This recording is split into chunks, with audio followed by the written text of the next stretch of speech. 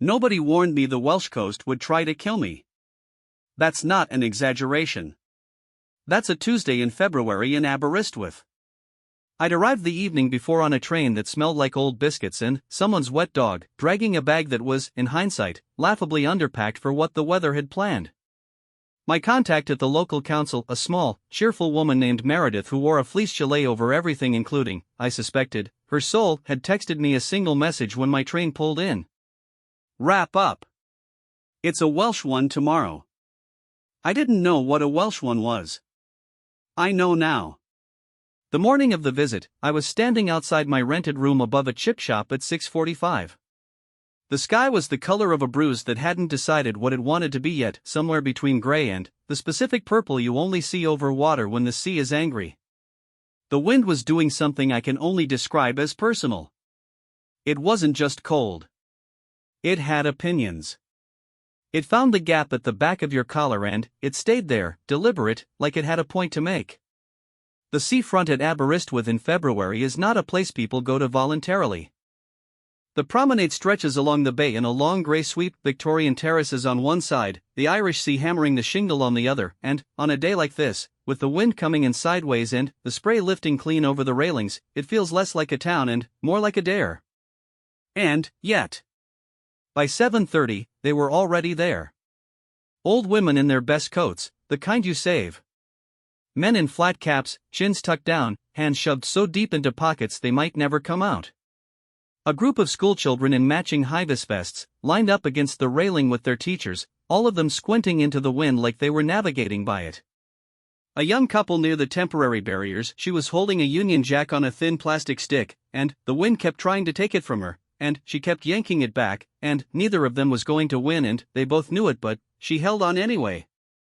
I asked Meredith, who appeared at my elbow with 2 paper cups of tea from a flask she'd produced from somewhere inside the gilet, how long some of these people had been here. She sipped. Considered. Margaret and her sister, she said, nodding towards 2 elderly women near the front of the barrier, both of them in near-identical navy wool coats, both gripping the railing with the practiced authority of people who had done this before. They'll have been here since 6. They were here when William came. They were here when his father came, before that. Margaret told me once she was here as a girl when the old queen visited.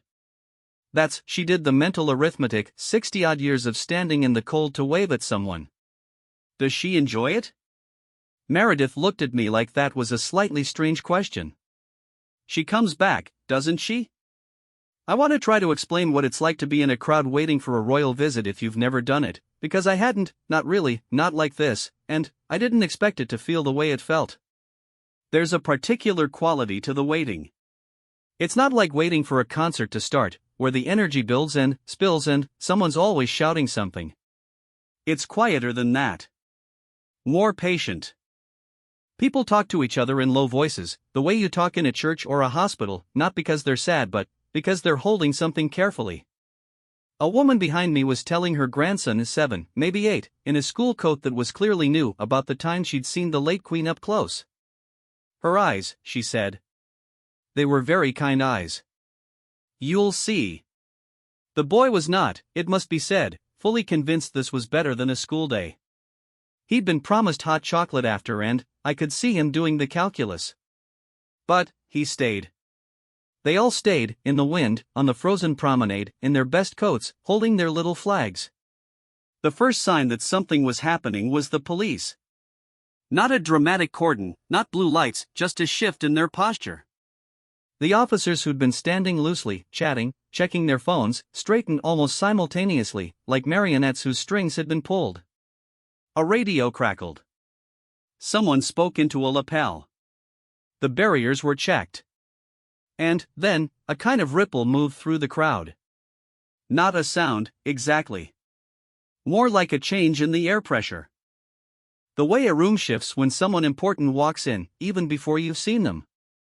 The schoolchildren stopped fidgeting. The woman with the Union Jack planted her feet. Margaret and her sister gripped the railing a little tighter. I found myself straightening up too, without deciding to.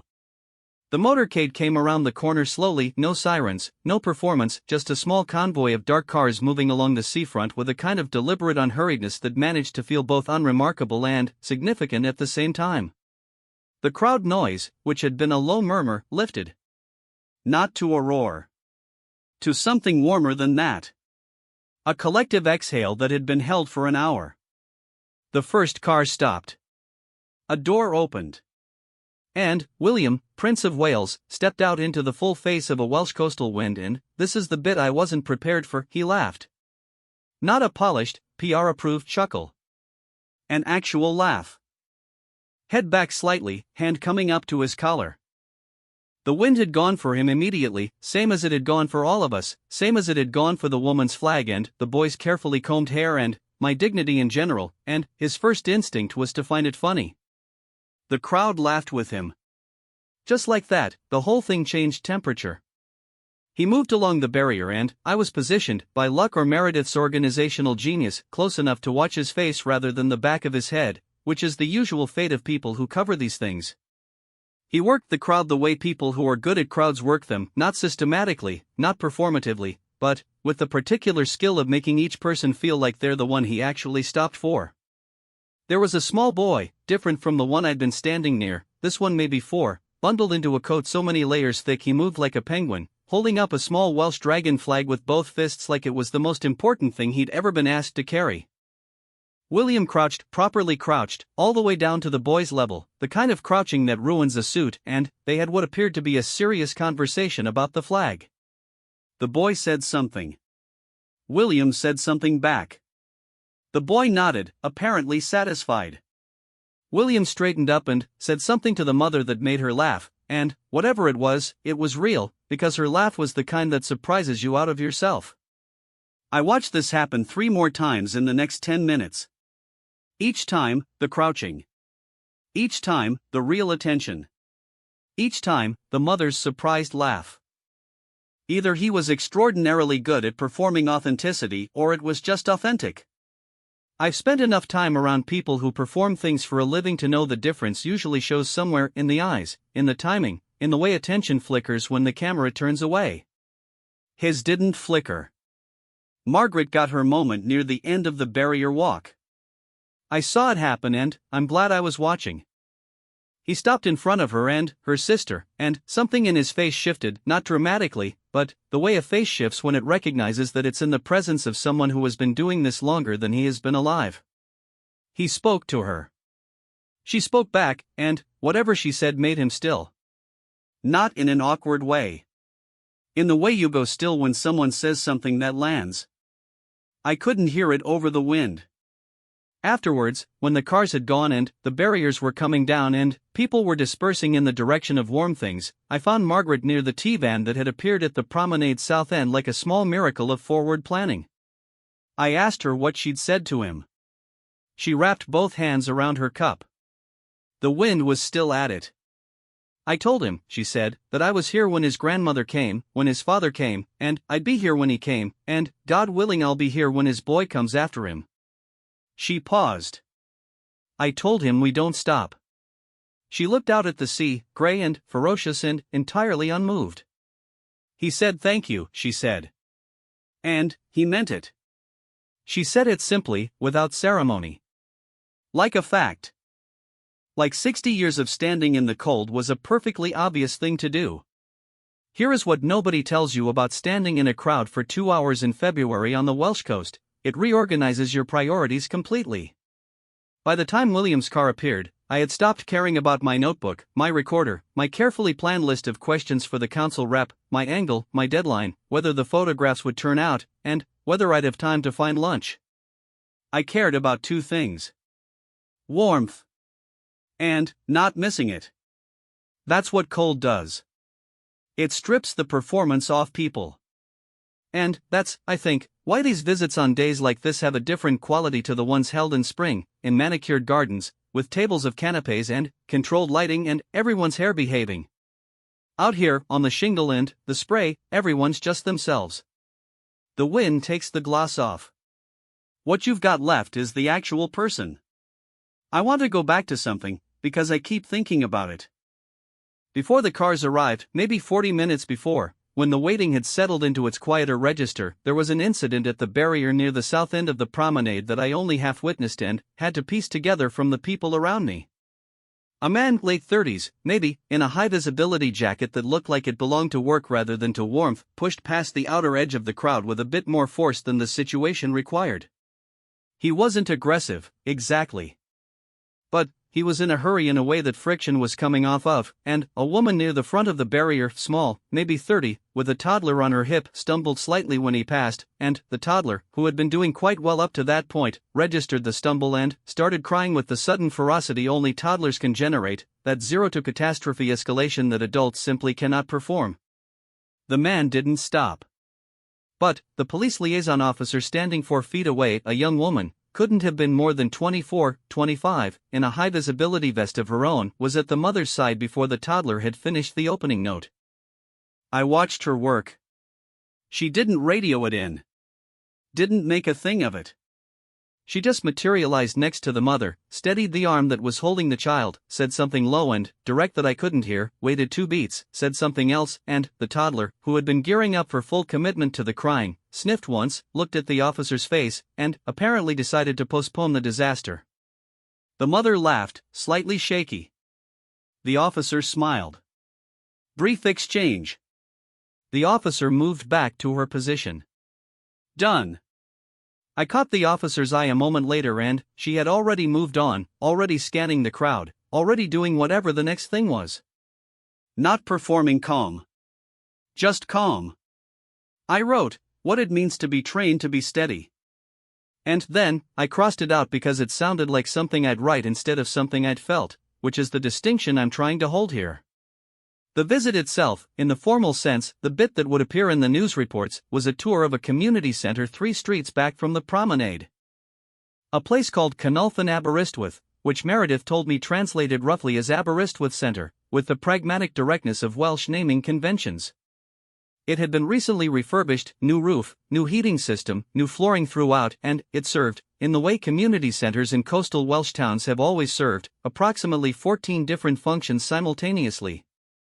Youth club, food bank, Welsh language classes, voter registration drives, grief support group on Thursday mornings. A weekly knitting circle that had been running, one of the volunteers told me, since 1987 and had outlasted 2 marriages and a divorce among its core membership. It was, in other words, the kind of place that keeps a small town held together without anyone necessarily noticing that's what it's doing. William came in from the cold and the first thing he did, before the handshakes with the civic dignitaries, before the prepared remarks, before the tour of the newly tiled kitchen, was stop at the food bank station near the entrance. A folding table. Tins on a shelf. A volunteer, Reese, 60-something, retired, wore an apron that said Cogid Simru, which someone explained to me meant Welsh cook, was restocking the shelf with methodical patience. William picked up a tin. Looked at it. Said something to Reese. Reese talked. I was close enough to catch pieces. Before Christmas we were doing 40 families a week, now it's pushing 65, and William listened in the way that he'd listened on the promenade to Margaret, with that stillness that looked less like politeness and more like actual processing. He asked a question. Reese answered it. The cameras were there, but William's body was turned slightly away from them, toward Reese, in a way that made it look, or made it be, I genuinely couldn't tell, like the cameras were beside the point. He put the tin back exactly where he'd taken it from. Precise. Careful. Like he understood the system had a logic. The Welsh language thing matters here and I don't want to skip over it. In Wales, particularly in areas like this, where the language is not a heritage artifact but a living, daily thing, the language of the playground and the choir and the pub and the argument, the question of whether visiting dignitaries engage with it or perform around it is not a small one. It has history attached. Heavy history. The kind of history that doesn't fit in a paragraph and that I'm not going to pretend to contain here. What I can tell you is what I saw.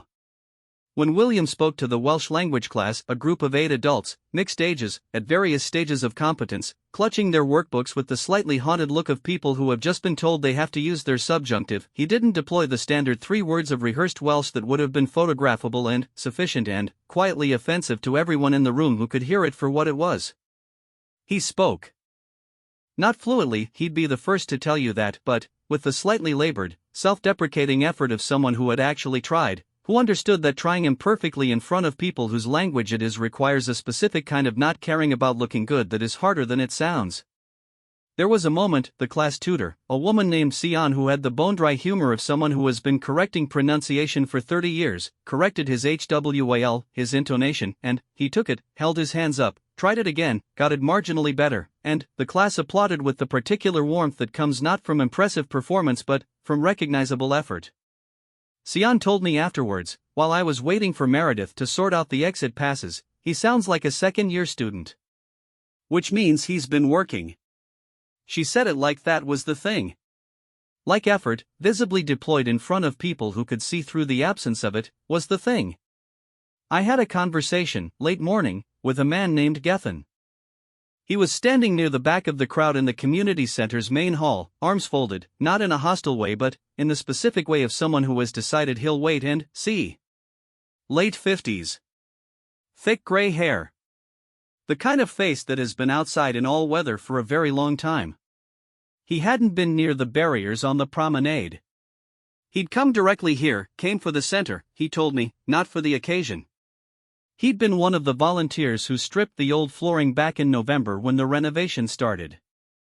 For Saturdays, him and 7 others, prying up tiles that had been down since the 1970s.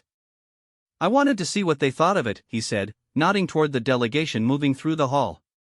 He watched. He didn't push forward. Near the end of the visit, William paused near the notice board, the one layered so thick with flyers it had developed topography, and spent an actual minute reading it. Not performing reading. Reading. The grief support group. The youth club timetable. The food bank hours. The knitting circle, which had a small photocopied photograph of this year's Christmas jumper display pinned at a slight angle. He pointed at the photograph. Said something to the woman next to him. She laughed. I looked over at Gethin. His arms were still folded. But his face was doing something different. All right, he said to no one in particular. Just all right. Like a verdict that had come back unexpectedly fair. Outside, the wind was still at it. It had not relented, not at all, not for a moment. The sea was the same gray-green as salt it had been at 6:45. The spray was coming over the railings. The chip shop at the promenade's north end had not opened yet and would not open for another 2 hours, which felt, at this moment, like the cruelest fact about Aberystwyth. The crowd was beginning to disperse, the schoolchildren back to their bus, Margaret and her sister to wherever warm and deserved thing they were heading, but not quickly. People were standing in clusters, doing that particular post-event thing where nobody quite wants to be the first to admit it's over. I found the young mother with the toddler, who had rallied from his brush with disaster and was now asleep on her shoulder, heavy and boneless in the way only sleeping children can achieve. She was from Machynlleth, she told me. 20 miles north. She'd driven down. I asked her why. She shifted the sleeping child slightly. Looked at the sea. My ma'am would have wanted to come, she said. She died in October. She wasn't asking for anything. She was just telling me. The wind came off the water and lifted a strand of her hair and she didn't push it back. She would have been proper excited, she said. She'd have been at those barriers at 5 in the morning. She'd have cried, probably. She always cried at these things. She looked at the spot where the cars had been. So I came instead. That's the thing about these days. They are not, at their core, about the person who arrives. They are about what people carry with them when they come out in the cold to stand at the barriers. The inheritance money spent on a train ticket. The conversation with a grandmother who used to stand in this exact spot. The mother who would have been here at 5 in the morning. William arrived. He laughed at the wind. He crouched for the children. He took the tin from the shelf and put it back carefully. He let Sion correct his HWIL. And 60-something people stood in the worst weather February could manage and held their flags and didn't go home. That is its own kind of answer to something. I'm not sure what the question is.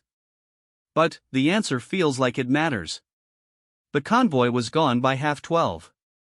Not dramatically. Not with fanfare. The cars simply reassembled with the quiet efficiency of things that had done this many times before, the doors closing in that particular way doors close on expensive cars, a sound that is less a sound and more an absence of sound, and then, they moved along the promenade and turned inland and that was it.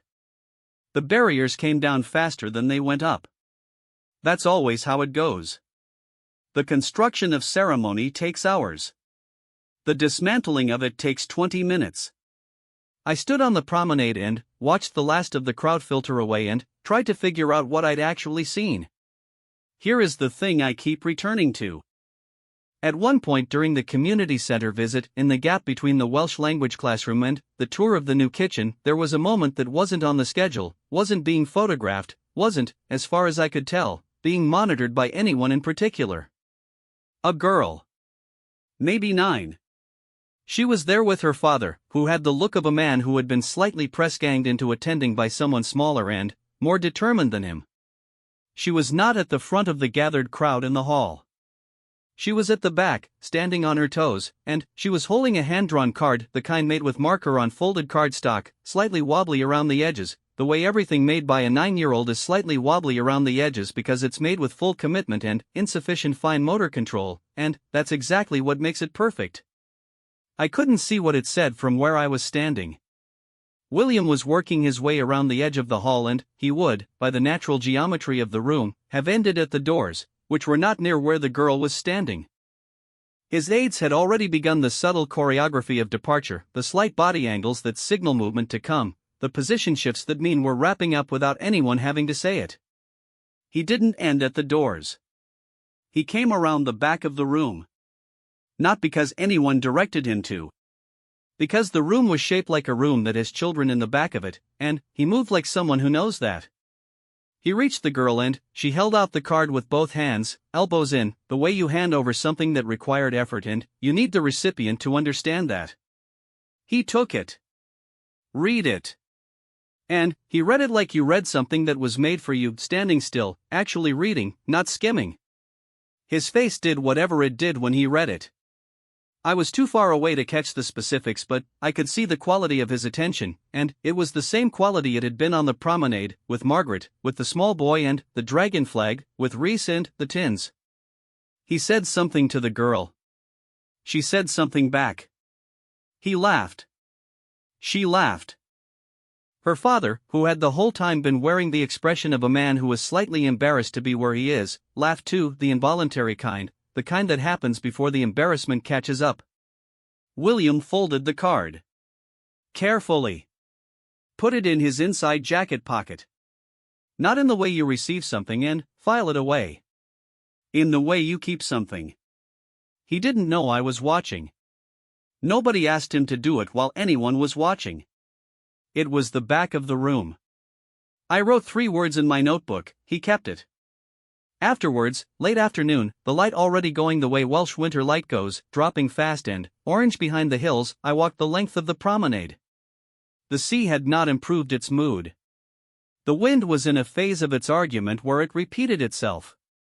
Spray lifted over the railings in regular intervals, like a clock that was only interested in telling one time, over and over, and that time was "This is not your country, you don't know us, you don't belong here."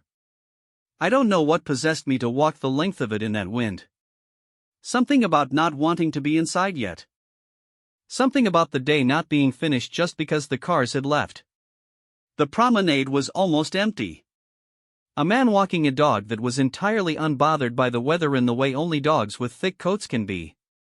An elderly couple on a bench in this, because they apparently had a completely different relationship to the cold than I did, sharing a flask.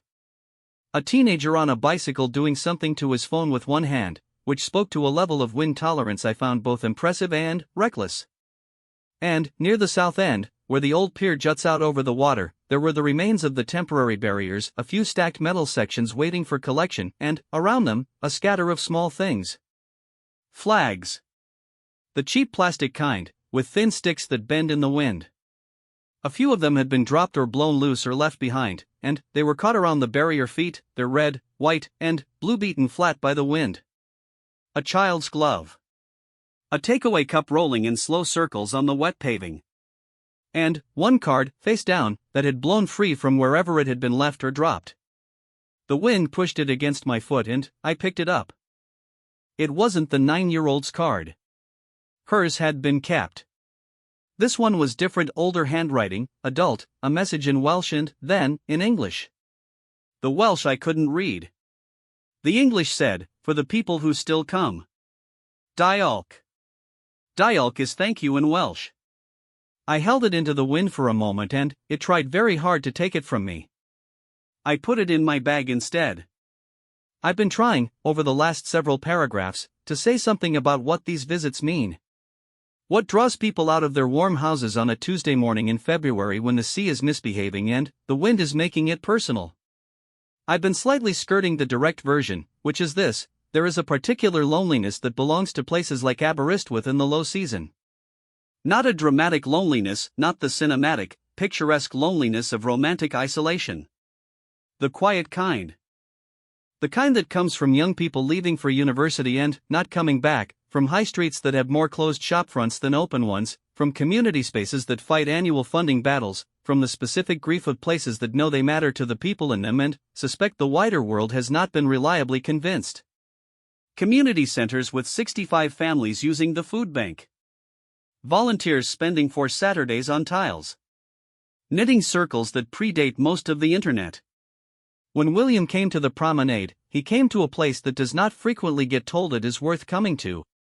That's not a small thing. I'm not making a political point. I'm not arguing for or against anything institutional. I'm saying that when a crowd of people stands in the wind for 2 hours and the figure they've been waiting for steps out of the car and laughs at the same wind they've been standing in all morning, genuinely laughs, not for the cameras, something happens in the air between those people and that person. Something brief. Something real. The woman holding her sleeping child came for her mother. Margaret came because she has always come. The 9-year-old came with a hand-drawn card and both hands held out. Gethin came to see if the floor he'd ripped up on 4 November Saturdays would register as real. It all registered. That's the whole story. Meredith drove me to the train station at 3:30. The radio played a Welsh language station, which I found soothing in the way that languages you don't speak are sometimes soothing. You stop parsing for meaning and just hear the sound, and the sound of spoken Welsh is extraordinary, all those double ls and soft fricatives, a language that sounds like it was made for saying difficult things gently. I told Meredith about the card. The one I'd found by the barriers. For the people who still come. She was quiet for a moment. Then, that'll be Elspeth. She leaves something every time. She's been doing it for years. Cards, letters, flowers when it's a funeral. She glanced at me. She doesn't sign them. She doesn't want credit. She just thinks someone should leave something to mark it. Mark what? Meredith thought about it the way she thought about most things, not quickly, but specifically. That people came, she said. That someone was here. The train home left at 4:15. I was in my seat, feeling the particular bodily heaviness that comes from being outside in actual weather for 6 hours, when my phone buzzed with a photograph from a number I didn't recognize. A few seconds later, a message: "Meredith gave me your contact. Hope that's okay." Reese, the photograph was taken inside the community center, from the side, and you could see the food bank shelf and the folding table, and there was William with the tin in his hands, and Reese beside him talking. What you couldn't see from the official press photographs, which I checked, because of course I checked, was what was visible in this angle. Reese's face. Not performing for the cameras, because from this angle he wasn't near the cameras. Just talking. To a person who was listening. He looked, in that photograph, like someone who had been carrying something for a while and had unexpectedly found someone to say it to. I stared at that photograph for most of the journey home. The train smelled like biscuits again. Outside the window, Wales moved past in the dusk, hills and the specific dark of Welsh hedgerows, farms and small lights, water catching the last of the sky. And the wind, that opinionated, unrelenting, deeply personal Welsh coastal wind, pressing against the window of the carriage. Still at it. Still making its point. There's a line I've been circling around for this whole piece, trying to figure out if it's true or if I just want it to be true, which are sometimes the same thing and sometimes not. Here it is: the warmth that drew that crowd on a freezing Welsh coast wasn't the prince's. It was already there, in the people who came with their cards and their mother's absence and their 4 Saturdays of tile stripping and their 60 years of showing up. He just had the sense to stand in it.